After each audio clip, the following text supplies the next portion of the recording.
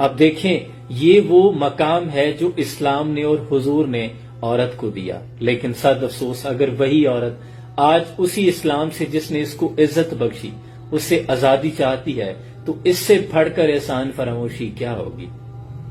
इस्लाम ने इसको इज्जत दी। हुजूर ने यहां तक फरमाया कि मैं कयामत के रोज सबसे पहले जन्नत का दरवाजा खोलूंगा, मैं दाखिल होऊंगा, लेकिन एक औरत मुझसे पहले जाना चाहेगी तो मैं पूछूंगा तुम कौन हो, तो वो कहेगी मैं बेवा हूं और मेरे यतीम बच्चे हैं।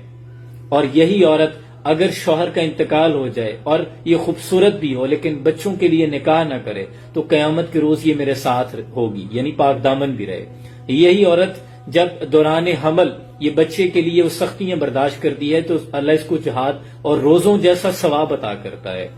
कुर्बान जाऊं, ये औरत की फजीलत है। और उन मर्दों के लिए भी पैगाम है जो औरतों को